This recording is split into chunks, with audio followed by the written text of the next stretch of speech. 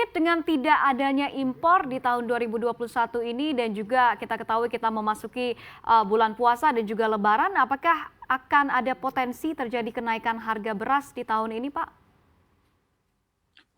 Kalau kita lihat ya pasti, terjadi ya, tapi dalam batas, relatif yang lebih stabil. Perkiraan saya sekitar, maksimal sekitar 5%. Ada 2 hal. Pertama, situasinya adalah, apa namanya, demand daripada masyarakat, ini tidak terlalu tinggi, dibandingkan, sebelum pandemi begitu. Tetap ada tapi tidak terlampau, besar begitu.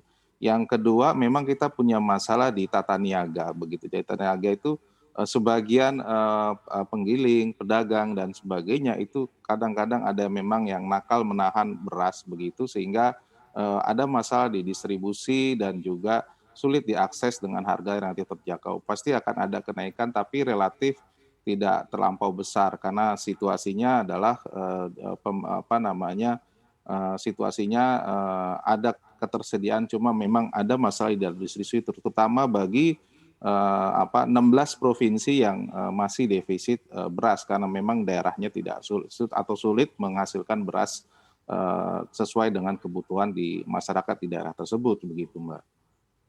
Baik, Pak Tauhid, sekarang kita ke ketahanan pangan yang kita ketahui ini juga menjadi tantangan di negara kita. Menurut Anda untuk kita mencapai ketahanan pangan ini apakah kita perlu mengimpor pangan atau mungkin sebenarnya mengandalkan produksi dalam negeri ini sudah cukup menurut Anda, Pak?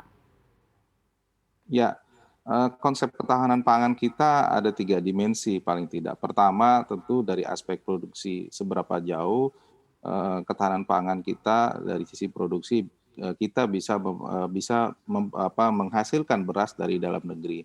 Yang kedua aspek, distribusi, sejauh mana ini bisa didistribusikan pada berbagai daerah, terutama daerah-daerah yang, masih, minus atau masih defisit terhadap beras. Karena daerahnya misalnya tidak bisa menghasilkan beras, karena daerahnya bukan, daerah produsen, misalnya di daerah, DKI Jakarta, kemudian katakanlah di, Kepulauan Riau, di NTT dan sebagainya yang memang harus dipikirkan distribusi.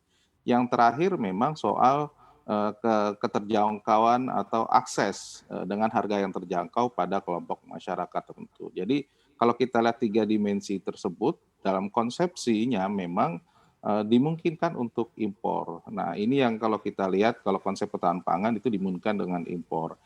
Misalnya saja Singapura, mereka tidak memproduksi beras, memiliki tingkat pendapatan, masyarakat yang tinggi, mereka hampir seluruhnya itu melakukan importasi pangan, tapi mereka bisa, melakukan distribusi yang baik, harganya juga bisa terjangkau walaupun relatif mahal, dan itu tidak masalah buat satu negara begitu. Jadi dalam konsep ketahanan pangan sebenarnya, tetap, dimungkinkan untuk impor. Namun karena kita membatasi bahwa kita punya undang-undang pangan bahwa produksi dalam negeri harus dimaksimalkan terlebih dahulu, maka itu juga harus diprioritaskan karena kita juga sebagai negara produsen, di mana ada petani kita yang sangat menggantungkan kehidupannya dari beras begitu. Nah, bagi Anda yang ingin mengikuti berita ekonomi dan juga bisnis, jangan lupa untuk install CNBC Indonesia di App Store dan juga di Play Store.